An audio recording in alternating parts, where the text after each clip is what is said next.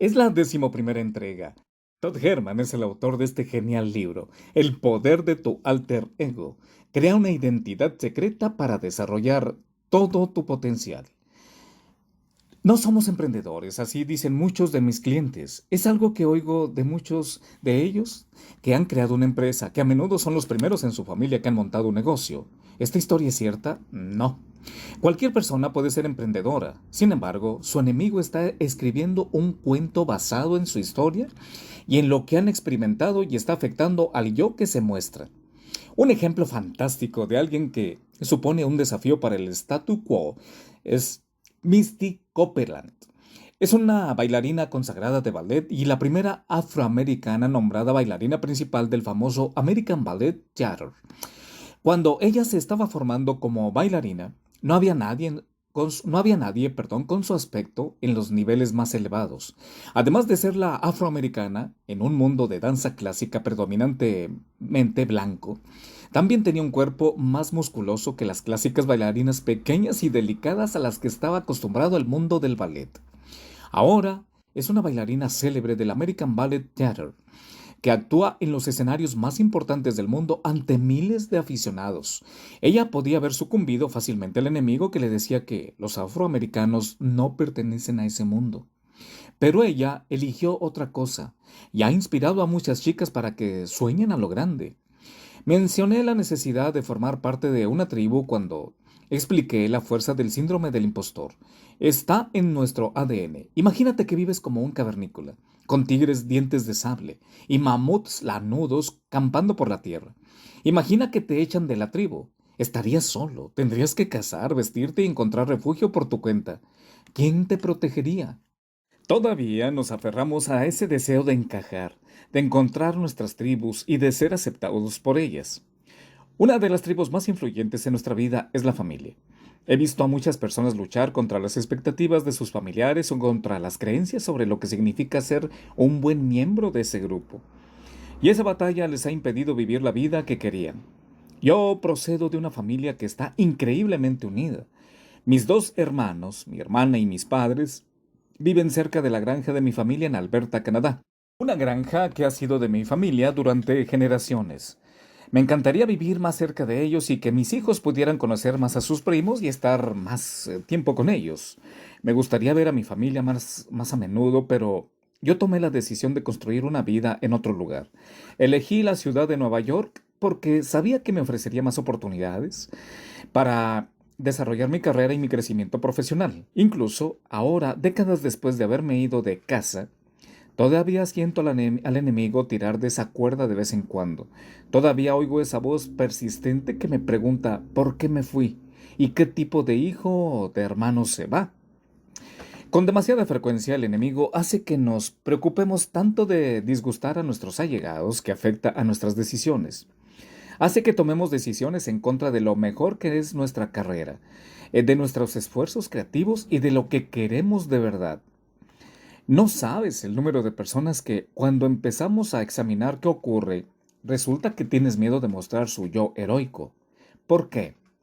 Porque temen al éxito y el hecho de dejar su mundo ordinario y entrar en el mundo extraordinario, donde puede que sus amigos y su familia no acepten su nueva realidad. Se encontrarán deambulando en una tierra desolada, solos y sin nadie que les apoye. Durante una actividad de formación online, yo actuaba de coach en una universidad de Nueva York con un profesor que había trabajado previamente en la Universidad de Carolina del Norte y en la que está en Stanford. Durante 6 años había construido un negocio dedicado a cómo crear culturas empresariales, mejores enfocadas a líderes del mundo empresarial. Creó una fórmula y un programa de estudios y tenía muchas ganas de trabajar con empresas del área metropolitana de Nueva York. Él ve su mundo extraordinario con claridad, pero no ha sido capaz de dar el paso para ir desde el mundo ordinario al mundo extraordinario. Con el trabajo del profesor a tiempo completo en la universidad y el lanzamiento de esta empresa de formación, simplemente no tengo tiempo. Y no puedo contratar a alguien para que me ayude con este tema. Me empezó a contar. Lo interrumpí. Un momento. ¿Por qué no puedes contratar a alguien? ¿Por qué si los profesores de mi especialidad descubrieran que he contratado a alguien para que haga la investigación de este programa, sería el reír? ¿Cómo lo sabes? Bueno, ¿te das cuenta de eso que lo que imposibilita que los clientes de la mayoría de los profesores universitarios se beneficien de las ideas inteligentes que éstas pueden aportarles? ¿Te das cuenta que de estos pensamientos y creencias son la que impide que las personas como tú lancen algo a un mundo más amplio? ¿Te preocupa lo que todos los demás profesores, las personas de tu tribu, piensen de ti? Pero, ¿qué más da lo que piensen? Ellos no son quienes te pagan el sueldo, no son los que te pueden beneficiar de tus ideas y soluciones. Se quedó mirándome fijamente. Casi todos buscamos la aprobación de nuestros iguales, de las personas que consideramos que son nuestra tribu. ¿Y tú? ¿La tercera fuerza te atrapa de alguna forma? Nuestra familia y nuestros iguales solamente son dos de las maneras que utiliza el enemigo para mantenernos atrapados, pero también existen ideas culturales, religiosas, raciales y de género que nos dan vueltas en la cabeza. Esto es solamente para esa gente. Si yo hiciera eso, mi gente pensaría que soy un traidor. A los de mi iglesia, mezquita, sinagoga, no les gustaría que yo hiciera eso. Solamente los hombres pueden hacer eso. Solamente las mujeres pueden hacer eso. Se me dan genial las matemáticas y las ciencias. Debería dedicarme a la medicina o a la ingeniería. Los canadienses son agradables y nunca discuten. Tenía que colocar esta frase aquí. El quid de la cuestión es que el enemigo tiene muchas formas de presionarte para que tomes medidas sobre tus objetivos y hace que elijas quedarte atrapado, pero no por mucho tiempo. ¿Qué pasó con Rachel? ¿Te acuerdas de Rachel, que apareció anteriormente en este capítulo, que hacía que ella no estuviera a la altura de su campo de juego, la pista de tenis? Porque el sándwich de bacon, lechuga y tomate me hizo darme cuenta de repente que era lo que provocaba que apareciera el enemigo en la pista de tenis. Era sencillo. Rachel valoraba la justicia. Es una de las personas más dulces y bondadosas que he conocido en mi vida, pero cuando alguien se saltaba la cola de una cafetería, se ponía de los nervios. Si veía a un sin techo en la calle, le daba lo que llevaba encima para que su día fuera más cómodo. Era extremadamente caritativa. Y ahí es cuando tú piensas, genial, ¿por qué va a ser un problema? ¿Necesitamos más gente así? Estoy de acuerdo, pero hay un momento y un lugar para todo. Y el deporte o la competición no es el campo de juego en el que hay que ser caritativo. Le dije enseguida, Rachel, creo que por fin he resuelto tu misterio. Tras salir del restaurante y cuando estábamos en la esquina de la calle 31 y Lexington Avenue, me preguntó, ¿qué quieres decir? Así que le pregunté, cuando vas ganando a alguien cómodamente y le sacas mucha ventaja, ¿qué empiezas a pensar o a sentir sobre esa persona? Después de darle vueltas al tema un momento, respondió, ¿de verdad tienes que ganarle de esta forma? No la hagas quedar mal. ¿Tienes que restregarle que eres mejor que ella? ¿Estás intentando hacerle pasar vergüenza para presumir? Yo no soportaría perder de esta forma. Y entonces, ¿qué ocurre? En ese momento aflojo el ritmo. Exacto. Y por eso llevas a la Rachel de la vida diaria a la pista de tenis. La Rachel que valora la justicia y que todas las personas reciban un trato igual. Y eso hace que cedas. La única justicia que importa en la pista es que respetes las reglas del deporte, no si tienes que dejar que alguien pierda solamente por unos puntos. En las competiciones hay ganadores y hay perdedores, y tu rol es esforzarte, al máximo y ver en qué lado acabas. Y ahora mismo estás en el que decide que alguien no debe experimentar vergüenza, humillación o fracaso. Y le estás robando la oportunidad de mejorar. Porque esas experiencias a menudo crean el catalizador para el cambio para alguien, y eso no es justo. Tú das a esa persona una falsa sensación de ser buena. Tú tienes que utilizar todas tus habilidades en esa pista y al final resulta que machacas en el partido. Genial. Le acabas de dar un regalo. Rachel permaneció en silencio un momento, mientras los taxis circulaban como una bala y la gente pasaba apresurada a nuestro alrededor. Y al final dijo, nunca lo había pensado de esta forma. Tiene tanta lógica. La Rachel de la vida diaria tiene un propósito y la Rachel de la pista de tenis Necesita un personaje que se adapte a ese entorno. Exactamente. No hay nada de malo en valorar la igualdad, pero en el mundo de los deportes y la competición no tiene cabida. Evidentemente, sí que hay que tener espíritu deportivo, pero alguien tiene que perder. La justicia era una parte esencial de Rachel, que cuando estaba en la pista de tenis contribuía a sabotear su rendimiento. Nunca intenté convencer a Rachel para que no valorara la justicia, ni le dije que tenía que cambiar ese valor, sino que creamos un alter ego que no llevara su definición de justicia en el campo de juego. Su alter ego valoraba la competencia feroz y ganar con honor, como una deportista y una campeona de verdad. Volviendo a las fuerzas del enemigo, si no tienes claro qué o quién tiene que mostrarse en tu campo de juego, puedes acabar llevando un yo atrapado a ese campo que no te servirá. En los capítulos anteriores utilizamos dos de los 5 puentes del progreso: dejar y menos. En la capa de campo de juego y la capa de acciones del modelo, ahora hay que aplicar este marco a la capa de creencias y a la de impulsores centrales para descubrir los bloques y las fuerzas que afectan los resultados. ¿Qué quieres? Primero, dejar de creer, dejar de pensar, dejar de valorar, dejar de proyectar, dejar de juzgar, dejar de llevar el peso de algún relato tribal. 2.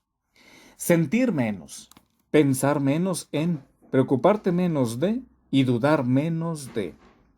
Si piensas en alguna de las fuerzas ocultas y comunes, podrías aplicar el marco dejar o al menos a cualquiera de estas opciones.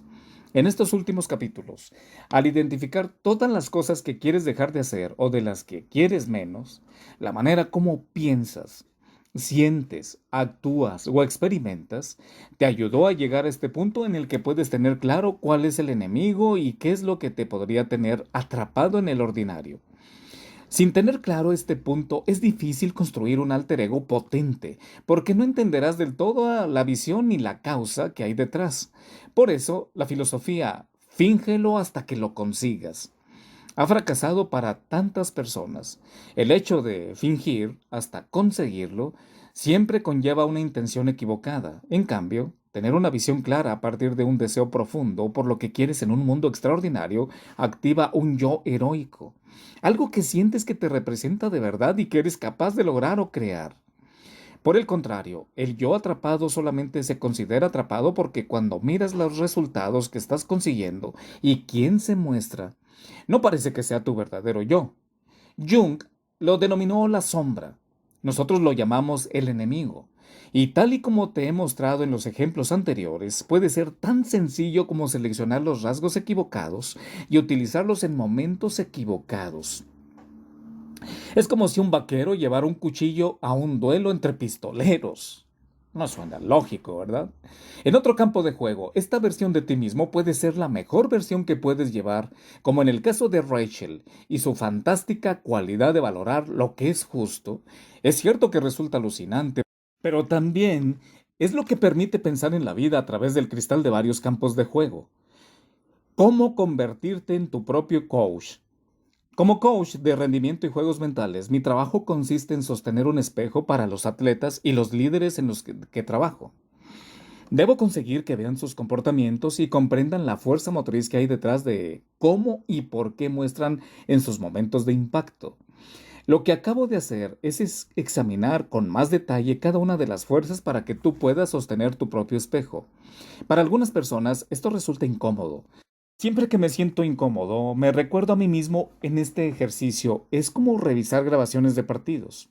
Los deportistas ven videos de entrenamientos y de partidos para diseccionar su forma y encontrar puntos que deben perfeccionar y entrenar para garantizar que muestran su mejor yo.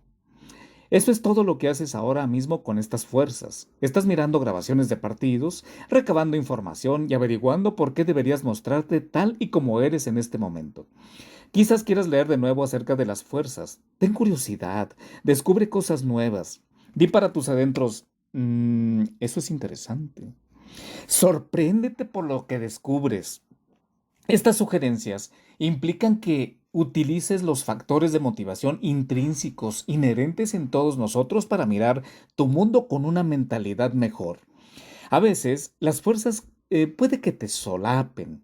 Tal vez leas la lista y digas, sí, Tengo esa y esta, y esa, seguro que también. Puede que veas que solamente te identificas con una, incluso puede que descubras que no te encaja ninguna. Si resulta que dices, Todd, no sé de dónde vienen mis pensamientos, emociones y comportamientos, no pasa nada. A veces no hay una fuerza común o oculta en acción. No dediques demasiado tiempo a resolverlo todo, a revolverlo todo dentro de la caravana oscura, de la caverna aquella que no tiene luz. Si no está ahí, no está y punto. Debes ser tu propio coach y lo harás bien. No olvides nunca esto. El efecto alter ego es algo que ya sabes hacer de modo inherente. Y si te preguntara, ¿qué haría Batman? ¿O Ellen DeGeneres? ¿O James Bond? Automáticamente sabrías cómo jugar con la idea, quizá no de una forma impecable, pero serías capaz de jugar con esos alter egos y mostrarte de una forma ligeramente distinta.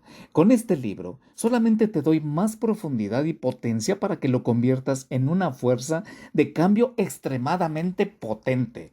Así que, si estás listo, pongamos una última etiqueta a este enemigo.